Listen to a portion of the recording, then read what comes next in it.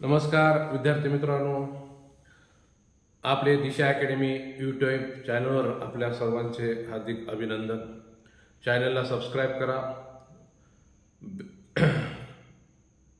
Bell आयकॉनला click करा, share करा आणि लाईक करा। आपल्याला माहित आहे आपण फर्स्ट पार्ट पाहिलेला आहे, त्यामध्ये महात्मा गांधी यांच्या व्यक्तिमत्वाबद्दल आपण सविस्तर माहिती पाहिलेली आहे।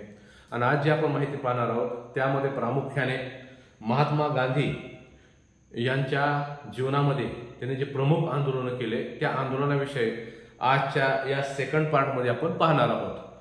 आपल्याला माहित आहे महात्मा गांधी आफ्रिकेहून 1915ला 9 जानेवारी 1915ला भारतात आले आणि त्यानंतर 1916 मध्ये त्यांनी पूर्ण भारत भ्रमण केलं। गोपाळकृष्ण गोखले यांच्या आदेशावरून महात्मा गांधींनी पूर्ण भारत पाहिला। त्यांनी असं सांगितलं की भारतामध्ये जर आपल्याला चांगल्या पद्धतीनं राजकीय, सामाजिक किंवा आर्थिक स्थिती पाहिजे असेल तर आपल्याला पूर्ण भारत पाहणे आवश्यक आहे। त्या दृष्टिकोनातून गांधीजीने भारत भ्रमण केलेले आहे। आपल्या माहितीने सांगतो की गांधीजी यांनी दक्षिण आफ्रिकेमध्ये देखील ज्यावेळेस 1893ला गांधीजी दक्षिण आफ्रिकेमध्ये गेले त्यावेळेस त्यांनी त्या ठिकाणी हिंदी मजुरासाठी फार मोठं आंदोलन त्या ठिकाणी उभा केलं होतं। आणि 1893चा जो काळ पाहिला, या काळामध्ये विदेशात जाऊन असं काम करणं ही साधी गोष्ट नव्हती। यामध्ये त्यांनी त्या ठिकाणी म्हणजे दक्षिण आफ्रिकेमध्ये जाऊन नाताळ या ठिकाणी हिंदी लोकांसाठी त्यांनी कार्य केलं। एवढंच नाही तरी त्यांनी नाताळ या ठिकाणी फेरिक्स सत्याग्रहाची स्थापना केली। या संबंधी आपण पूर्ण माहिती पाहिलेली आहे। यानंतर आपल्याला पाहत असताना आपल्याला हे पाहणं महत्त्वाचं आहे की महात्मा गांधी यांनी भारतामध्ये सर्वात पहिलं म्हणजे आपल्याला माहित आहे की चंपा अरण्य या ठिकाणी आंदोलनाला सुरुवात केली। केव्हा केली? ही सुरुवात 1917ला केली। चंपारण्य ठिकाण हे बिहार मधील आहे। कुठे आहे? बिहार मध्ये। जिल्हा कुठला आहे? मोतीहारी। मोतीहारी जिल्हा, ठिकाण आहे बिहार। विद्यार्थी मित्रांनो, सगळ्यात महत्वाची गोष्ट म्हणजे ज्यावेळेस महात्मा गांधी भारतात आले त्यावेळेस गोपाळकृष्ण गोखले यांनी गांधीजींना सल्ला दिला, आपल्याला जर भारतात पूर्ण भारतीय लोकांची सामाजिक स्थिती पाहिजे असेल, त्यांची राजकीय स्थिती पाहिजे असेल तर आपल्याला पूर्ण भारत भ्रमण करावं लागेल। यासाठी महात्मा गांधी यांनी 1916 मध्ये पूर्ण भारत भ्रमण केले। काय केले? भारत भ्रमण। आपल्याला माहित आहे, आपल्या माहितीने सांगतो की भारत भ्रमण करणारे आपल्या देशामध्ये 2 लोक आहेत। एक आहेत स्वामी विवेकानंद आणि दुसरे आहेत महात्मा गांधी। या ठिकाणी चंपारण्यमध्ये घटना घडली की त्या ठिकाणचा जो कलेक्टर होता तो शेतकऱ्यांना अनिवार्य पद्धतीने नीळ लावण्यास तो म्हणजे कायद्याने नीळ लावलीच पाहिजे अशा प्रकारची सक्ती करत होता। आणि यामुळे त्या ठिकाणचे शेतकरी लोक त्रस्त होते।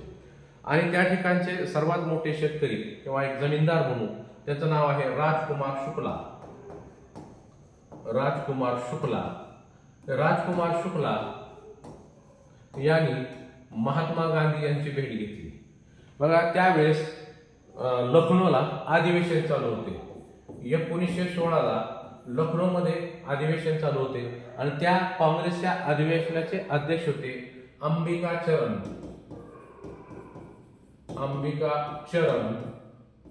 मुजुमदार। कोण होते? अंबिका चरण मुजुमदार होते। आणि त्या अधिवेशनामध्ये बापूजींची भेट राजकुमार शुक्ला यांनी घेतली। आपल्याला माहित आहे 1916च्या आंदोलनाचं वैशिष्ट्य या ठिकाणी लखनौ करार झाला होता। काय झाला होता? लखनौ करार। या ठिकाणी लखनौ करार झाला होता। आता यामध्ये सगळ्यात महत्वाची गोष्ट, ज्यावेळेस ते भेटले त्यावेळेस गांधीजींना त्यांनी विनंती केली की आमच्या जिल्ह्यामध्ये फार मोठ्या प्रमाणात इंग्रज जुलमी पद्धतीने व्यापाऱ्यांना पिके घ्यायला लावत आहेत की आपण नीळची शेती केली पाहिजे। आता नीळची शेती केली पाहिजे म्हणजे काय झालं पाहिजे? आपण पारंपरिक पिकं घेत होतो। आपण काय करत होतो? पारंपरिक पिकं घेत होतो। परंतु इंग्रजांचा आदेश होता की कमीत कमी तुम्ही जी शेती आहे त्या शेतीच्या 15% तुम्ही नीळ लावली पाहिजे. आणि नीळ एक असे एक वनस्पती आहे की नीळ जर लावली तर कमीत कमी 3 वर्ष त्या ठिकाणी दुसरं पीक घेता येत नव्हतं. त्यावेळेस जर्मनीमध्ये आर्टिफिशियल नीळ तयार करण्यात आली होती, त्यामुळे इंग्रजांनी या ठिकाणी फोर्स वाढवला होता. अजून यामध्ये एक गोष्ट आहे की त्या ठिकाणी 20 त्याला आपण 3 काठिया पद्धत म्हणतो. 20 एकर मध्ये 3% म्हणजे 3 काठिया, त्याचं नाव काय आलं 3 काठिया. 3 काठिया पद्धती, त्याला 3 काठिया पद्धती म्हणतात. आणि ही 3 काठिया पद्धती जी आहे या पद्धतीने त्या ठिकाणी चंपारणे या ठिकाणी शेतकऱ्यांनी नीळ लावली पाहिजे असा वटहुकूमच, सरकारी वटहुकूमच त्या ठिकाणच्या जिल्हाधिकाऱ्यांनी काढला होता. त्यामुळे त्या ठिकाणचे लोक परेशान होते, कारण सर्वसामान्य शेतकरी लोक, गरीब कष्टकरी लोक हे कायद्याला भीत होते आणि कायद्याच्या भीतीपोटी नाविलाज असतो ते इंग्रजांचं ऐकत होते. लक्षात. आता हे 3 काठिया कर या ठिकाणी लावू केला. मग त्या ठिकाणी लखनौ या ठिकाणी महात्मा गांधीजींची भेट रामकुमार शुक्ला, जे आता तुम्हाला नाव सांगितलं, त्यांनी घेतली आणि त्या ठिकाणची सद्य परिस्थिती त्यांना सांगितली. मग त्यानंतर महात्मा गांधीजी यांनी त्या ठिकाणी मोतीहारा जिल्ह्याजवळ छपरा जिल्हा आहे त्याच ठिकाणी आपल्या भारताचे पहिले राष्ट्रपती डॉक्टर राजेंद्र प्रसाद राहत होते. डॉक्टर राजेंद्र प्रसाद यांच्याशी गांधीजींनी चर्चा केली आणि त्याविषयी त्यांनी माहिती मिळवली. त्यानंतर असं ठरलं की आपण त्या ठिकाणी आपण आंदोलन करू. आणि या ठिकाणी गांधीजी सोबत डॉक्टर राजेंद्र प्रसाद हे आले. आता यामध्ये बघा काही लोक आले. मग यामध्ये इंदुमती याज्ञिक आता हे यामध्ये सर्वात महत्वाची गोष्ट म्हणजे सुचेता कृपालिनी, उत्तर प्रदेश आहे, सुचेता कृपालिनी. आपल्याला माहित आहे विद्यार्थी मित्रांनो, सुचेता कृपालिनी या उत्तर प्रदेशच्या पहिल्या मुख्यमंत्री महिला आणि भारतातल्या पहिल्या महिला ज्या मुख्यमंत्री झाल्या त्या आहेत. म्हणजे गांधीजी सोबत काही लोक, निवडक लोक गांधीजींनी घेतले आणि ते चंपारणीला गेले. या ठिकाणी नोट करत चला, आपल्याकडे नोटबुक असणे आवश्यक आहे, नंतर आपण विसरून जातो. आता यामध्ये सगळ्यात महत्वाची गोष्ट म्हणजे गांधीजींनी चंपारणीकडे वाटचाल केली. चंपारणी या ठिकाणी गेले आणि त्या ठिकाणी ज्यावेळेस महात्मा गांधी गेले त्यावेळेस कलेक्टरने त्यांना आदेश केला की आपण आम्ही कायदा केलेला आहे आणि या कायद्याचं बंधन तुम्ही आम्हाला करू शकत नाही.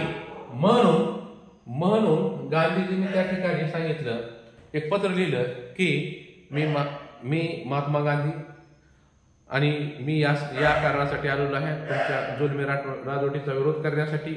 आणि मी तुम्हाला सांगू इच्छितो की हे जे आपण करत आहात ते अगदी चुकीचं आहे, अगदी चुकीचं आहे. म्हणून त्या ठिकाणी लिहिलं त्यांनी बॅरिस्टर महात्मा गांधी म्हणून जिल्हाधिकारी त्या ठिकाणच्या पत्र दिलं. आता जिल्हाधिकाऱ्यांना पत्र दिल्यानंतर त्या ठिकाणी उल्लेख केला होता बॅरिस्टर फ्रॉम लंडन आणि ऑटोमॅटिक त्यांच्यावर दबाव आला. कोणावर दबाव आला?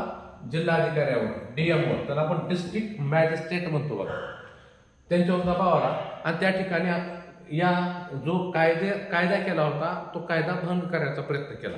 यामध्ये 2 गोष्टी समजून घेणं महत्वाचं आहे की लोकमान्य टिळक असतील किंवा लाल लजपत राय असतील किंवा त्या काळातील लोक काय करत, ज्यावेळेस इंग्रजांनी एखादा आदेश काढला असेल तर त्या आदेशाचा निषेध करत असत, परंतु ते ठिकाण ते सोडून जात असत. समजा मुंबईमध्ये आंदोलन करायचं आणि इंग्रजांनी त्या ठिकाणी विरोध केला तर त्यांचा फक्त निषेध करायचा आणि मुंबई सोडून जायचं. परंतु गांधीजींनी असं केलं नाही. गांधीजी बिहारमध्येच थांबले, चंपारणीमध्ये थांबले आणि त्या ठिकाणी त्यांनी इंग्रजांशी 2 हात करण्याचा प्रयत्न केला. आता यामध्ये हे प्रयत्न करत असताना गांधीजी त्या ठिकाणी ठराविक एक 10-5 लोकच त्या ठिकाणी थांबले आणि या गोष्टीला विरोध करू लागले. त्या ठिकाणचे जे लोक होते चंपारण्यामध्ये ते कायद्याच्या भीतीमुळे येत नव्हते. परंतु गांधीजीने असं हे केलं की ब्रिटनच्या कायद्यामध्ये अशी तरतूद आहे, कुठल्याही प्रकारची हिंसा न होता जर आंदोलन केलं गेलं तर त्यावर पोलीस दडपण आणू शकत नाहीत, उलट पोलिसांनीच आम्हाला संरक्षण दिलं पाहिजे.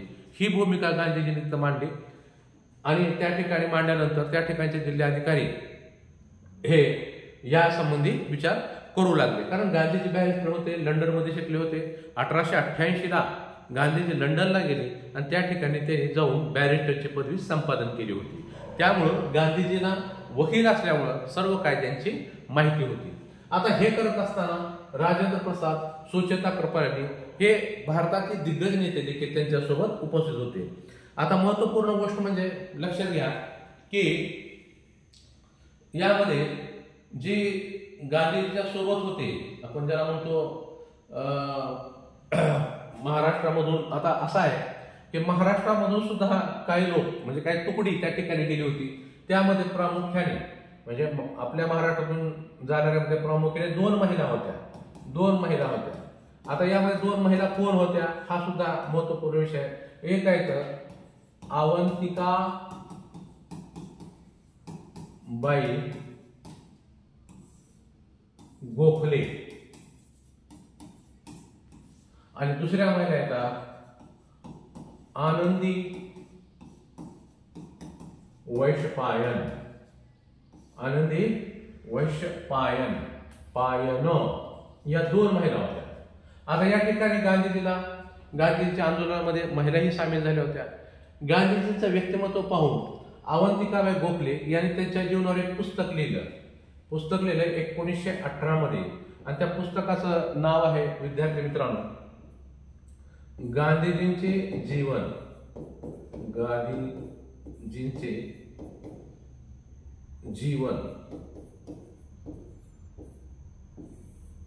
आता हे जे पुस्तक लिहिलं गांधीजींचे जीवन, त्यांनी गांधीजीला जवळून पाहिलं होतं, अभ्यासलं होतं, त्या संबंधी पुस्तक लिहिलं. त्या पुस्तकाचं वैशिष्ट्य म्हणजे महात्मा गांधी यांच्या चरित्राविषयी हे भारतातील पहिलं भारतीय भाषेमधील पुस्तक होतं. लक्षात तुमच्या, मराठीतलं पहिलं होतं आणि भारतीय ज्या भाषा आहेत त्या भाषेमधलं हे पहिलं पुस्तक होतं. ते पुस्तक या ठिकाणी लिहिलेलं. आता या ठिकाणी आंदोलनाला सुरुवात झाली, आंदोलन झालं आणि बऱ्यापैकी चांगल्यापैकी महात्मा गांधी यांना यश संपादन झालं. त्यामुळं या आंदोलनातून एक भाग बाहेर आला की गांधीजी हे हळूहळू राष्ट्रीय नेत्याकडे वाटचाल करू लागले. या ठिकाणी जो कायदा केला होता, म्हणजे जो कायदा होता, नीळचा कायदा होता, हा नीळचा जो कायदा होता, या कायद्याचा गांधीजींनी भंग केला. म्हणून असं आपण म्हणतो की कायद्याचा भंग करत असताना त्याला एक विनम्रपणे भंग केला, म्हणून त्याला सविनय कायदेभंग असं म्हणतात. म्हणजे गांधीजींनी जे शस्त्र या ठिकाणी काढलं, सविनय कायदेभंग. बघा, यामध्ये गांधीजींनी जो भंग केला म्हणून या ठिकाणी चळवळी सविनय, एक शब्द सविनय, विनयपणे, सविनयपणे म्हणजे काय, सविनयपणे या ठिकाणी कायदेभंग त्यांनी केला. लक्षात तुमच्या, थोडं समजून घ्या, नोटेड करून घ्या ते.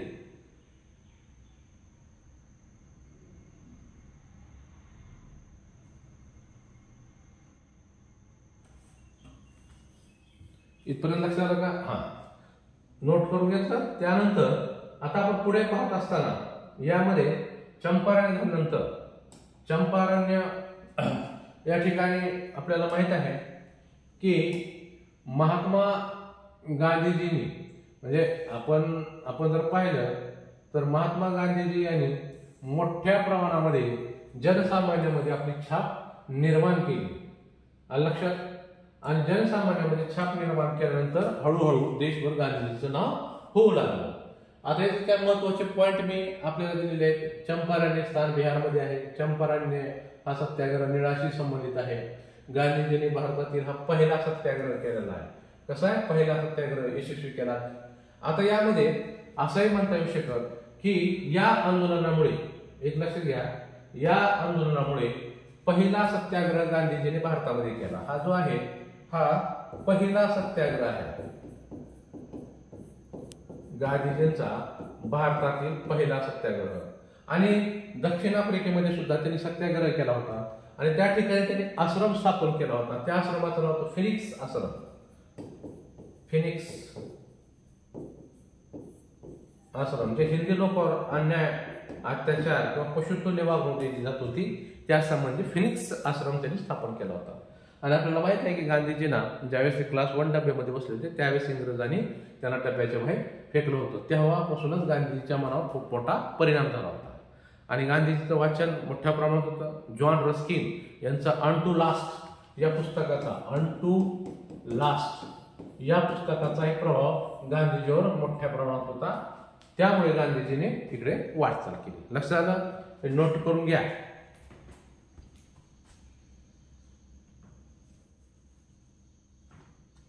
लक्षात? Very good. आता त्यानंतर आपण पाहायचं गिरणी कामगार. एक लक्षात घ्या, गुजरातमधील अहमदाबाद या ठिकाणी गिरणी कामगारांचा संप चालू होता. गिरणी कामगारांचा संप केव्हा चालू होता? 1918. लक्षात घ्या, तारीख लक्षात ठेवा, 1918. या ठिकाणी गिरणी कामगारांचा संप चालू असताना महात्मा गांधीजींचे नाव ऐकून त्या ठिकाणचे जे आपण त्याला म्हणतो साराभाई अंबी. आता यामध्ये नावं थोडं लक्षात ठेवणं, जसं मी तुम्हाला सांगितलं की रामकुमार शुक्ला हे गांधीजींना त्या ठिकाणी न्योता देण्यासाठी गेले होते, आमंत्रित करण्यासाठी गेले होते. त्या ठिकाणी साराबाई बंधू आणि भगिनी, लक्षात घ्या, साराबाई बंधू आणि भगिनी ह्यांनी देखील त्याला बोलवलं होतं. यामध्ये प्रामुख्याने आपण म्हणू अंबालाल साराभाई म्हणजे गांधीजींना गिरणी कामगाराच्या संपामध्ये सहभागी होण्यासाठी कोण बोलवतं? अंबालाल साराभाई यांनी बोलवलं होतं. इथं विषय असा होता की त्यावेळेस आपल्याला माहित आहे 1918ला प्लेगची साथ आली होती. आणि या ठिकाणी इंग्रज मोठ्या प्रमाणात कामगाराकडून काम करून घेत होते, पण वेतन वाढवत नव्हते. म्हणून कामगाराचं म्हणणं होतं की आमचं वेतन 50% वाढवलं पाहिजे. किती टक्के वाढवलं पाहिजे? 50% वाढवलं पाहिजे. आणि याला विरोध होता इंग्रजांचा. म्हणून गांधीजींची या ठिकाणी एंट्री झाली आणि गांधीजींचा प्रस्ताव होता की 35% वाढवलं पाहिजे. किती टक्के वाढवलं पाहिजे? 35% वाढवलं पाहिजे. आणि मुळात इंग्रजांनी किती वाढवलं? 27% वाढवलं. लक्षात घ्या आकडेवारी. 50% मागणी होती कामगारांची, गांधीजींनी मधला मार्ग काढला, तोडगा काढला आणि 35% वाढवा असं गांधीजींनी सूचना दिल्या, परंतु प्रत्यक्ष इंग्रजांनी वाढवलं 27%. या ठिकाणी नोट करून घ्या.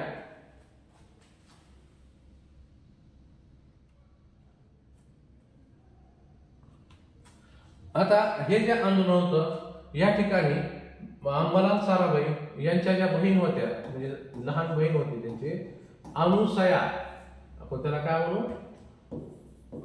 अनुसया साराभाई यांनी गांधीजींना सहकार्य केलं आणि त्याने एक पुस्तक लिहिलं. म्हणजे आपण त्याने त्यांच्यासोबत राहिल्या आणि त्यांनी म्हणजे मिल जे कामगार आहेत त्या मिल कामगारांच्या संदर्भात त्यांनी म्हणजे जे एक संघटना स्थापन केली, त्याला मिल आपण असं म्हणू शकतो की त्यामध्ये त्यांनी मिल वुमन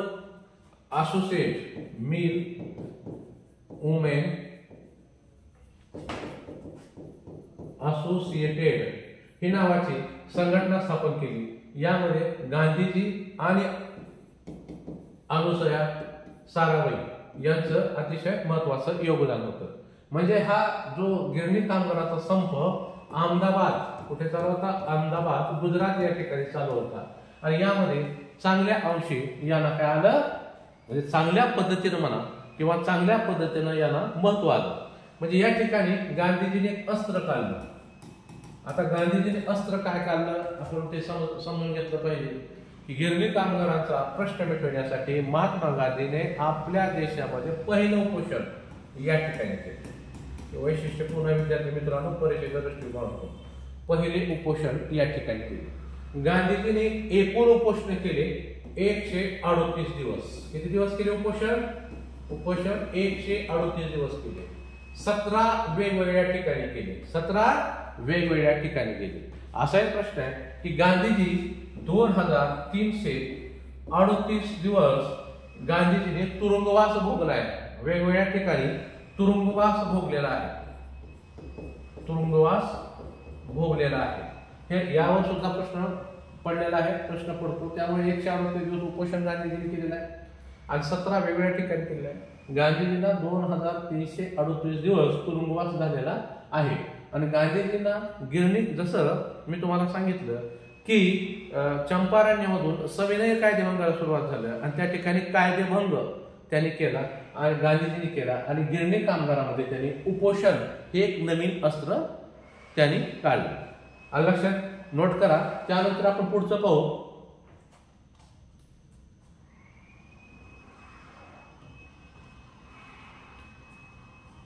आता यानंतर आहे खेडा सत्याग्रह. खेडा सत्याग्रह 1919. तारीख लक्षात आहे, बरोबर आहे का तारीख?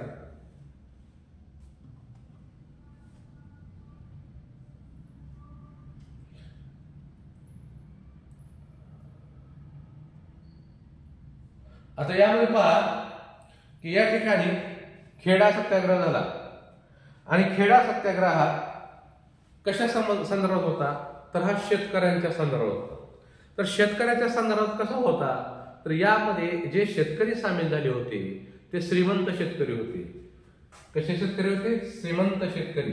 त्याला आपण पाटीदार समाज, गुजरातमध्ये पाटीदार समाज हा मोठा समाज आहे, श्रीमंत समाज आहे. म्हणजे या ठिकाणी श्रीमंत जमीनदार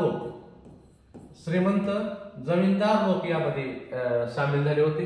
आणि या ठिकाणी म्हणजे इंग्रजाची या ठिकाणी सुद्धा नीती चुकीची होती, त्यामुळे या ठिकाणी विरोध करण्यासाठी आता यांच्यासोबत म्हणजे याच्यामध्ये हे महत्वाचं आहे आपल्याला की परीक्षेच्या दृष्टिकोनातून. जसं मी तुम्हाला सांगितलं, चंपारणमध्ये रामकुमार शुक्ला यांनी बोलवलं. त्याच्यानंतर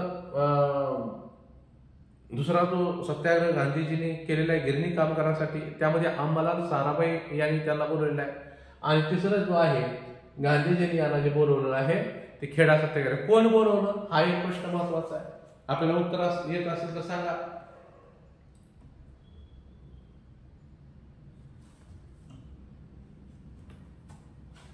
इन्व्हाइट केलं, त्यामध्ये आमंत्रित केलं गांधीजींना मोहनलाल पांड्या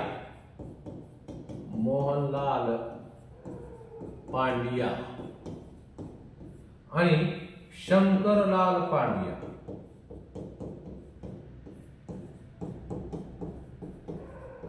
या दोन बंधूंनी गांधीजींना खेडा सत्याग्रहामध्ये येण्यासाठी आमंत्रित केलं होतं आणि या खेडा सत्याग्रहाला सुरुवात झाली. त्यावेळेस गांधीजींच्या सोबत सहकारी होते आपल्याला माहिती आहे सरदार वल्लभभाई पटेल. सरदार पटेल यांचे मोठे बंधू विठ्ठलभाई पटेल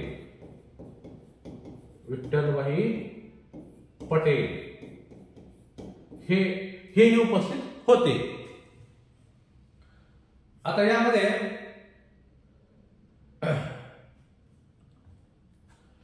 इंदुलाल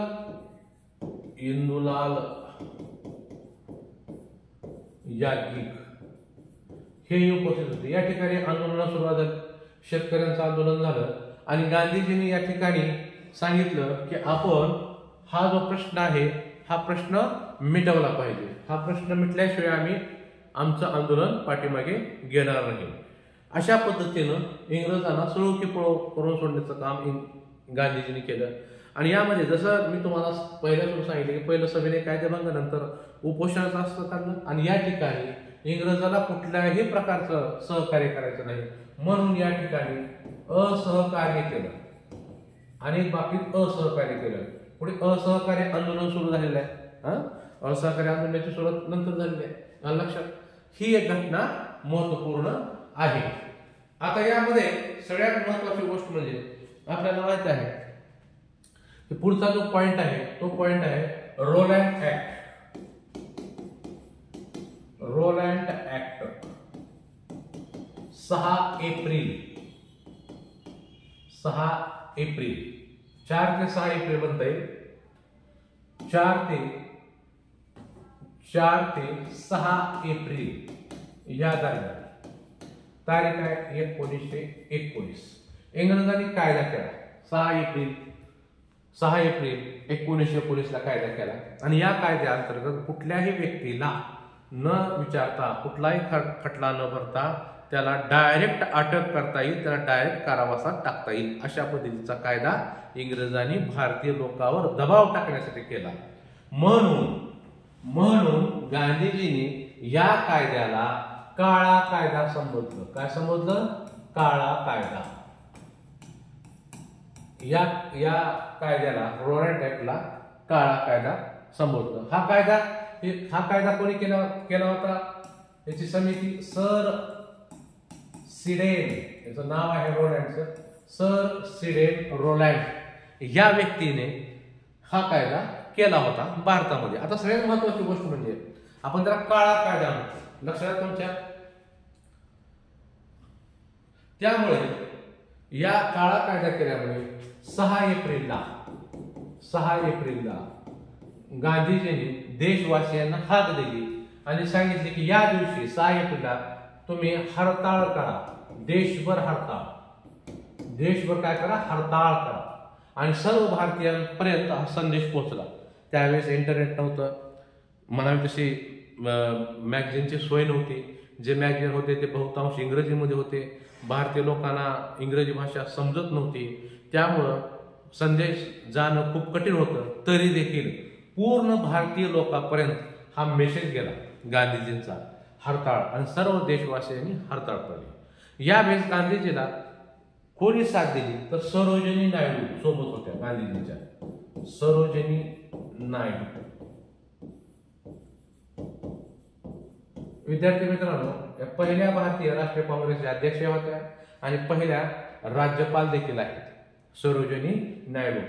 यांना आपण भारताच्या कोकिळा असं संबोधतो. लता मंगेशकरांना आपण गान कोकिळा असं संबोधतो. नोटेट करा, लिहून घ्या.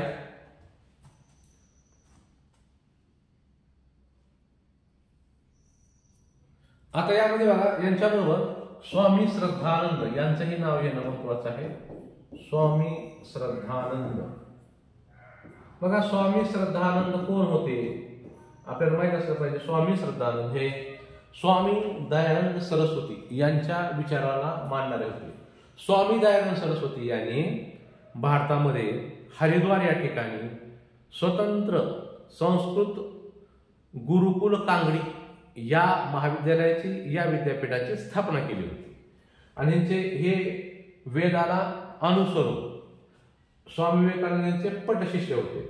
आणि असंही म्हटलं जातं की स्वामी श्रद्धानंद यांनी महात्मा गांधींना त्यांच्या विद्यालयात आमंत्रित केलं होतं. त्यावेळेस त्यांनी गांधीजीबद्दल गौरवोद्गार काढले होते की आपण महात्मा आहात. आता आपण म्हणतो की गांधीजींना महात्मा ही पदवी कोणी दिली तर रवींद्रनाथ टागोर यांनी दिलेली आहे. यामध्ये स्वामी श्रद्धानंद यांचंही सहकार्य खूप मोठं होतं, शिक्षित होते. आणि सरोजिनी नायडू, स्वामी श्रद्धानंद आणि महात्मा गांधी यांनी या कायद्याचा विरोध केलेला आहे. आणि त्यानंतर म्हणजे 18 एप्रिलला त्यांनी या ठिकाणी म्हणजे रोलँड ऍक्टच्या विरोधामध्ये काय केलं तर रोलँड ऍक्टच्या विरोधामध्ये सत्याग्रह सुरू केला. बरोबर आहे. 13 एप्रिल आपल्या देशामध्ये एक भयानक घटना घडली. जनरल डायर आणि ओडवायर या दोघांनी म्हणजे ओडवायरने आदेश दिला आणि जनरल डायरने अमृतसर या ठिकाणी जालियनवाला बाग हत्याकांडामध्ये निष्पाप लोकांना गोळ्या घातल्या आणि त्या ठिकाणी फार मोठा मृत्यूतांडव झाला. म्हणून गांधीजी नाराज झाले आणि गांधीजीला जो कैसरीय हिंद पुरस्कार मिळाला होता, कोणता पुरस्कार? कैसरीय हिंद पुरस्कार जो मिळाला होता, हा कैसरीय हिंद पुरस्कार गांधीजीने परत दिला. हा पुरस्कार 1915ला मिळाला होता. का मिळाला होता? दक्षिण आफ्रिकेतील रुग्णांची सेवा केल्याबद्दल हा पुरस्कार त्यांना देण्यात आला होता. या कैसर ह्या शब्दाचा अर्थ आहे सम्राट. काय अर्थ आहे? सम्राट. कैसर या शब्दाचा अर्थ काय? सम्राट. आणि त्यावेळेस गांधीजींना कैसरीय हिंद पुरस्कार दिला होता. गांधीजींनी हा पुरस्कार इंग्रजांना परत दिला. त्यानंतर आपल्याला माहित आहे रवींद्रनाथ टागोर यांना ही सर पदवी दिली होती. रवींद्रनाथ टागोर यांना कुठली पदवी दिली होती? सर. ही जी पदवी दिली होती ती ही प्रतिष्ठित पदवी होती त्या काळामध्ये. रवींद्रनाथ टागोर यांनी गीतांजली एक काव्य संग्रह लिहिला होता आणि त्यामध्ये जन गण मन, आपल्याला माहित आहे हार्डिंग दुसरा 1911ला ज्यावेळेस जॉर्ज पंचम भारतात आला होता त्यावेळेस जनगण मन गायन रवींद्रनाथ टागोरांनी केलं होतं. सर ही पदवी देखील रवींद्रनाथ टागोरांनी काय केली?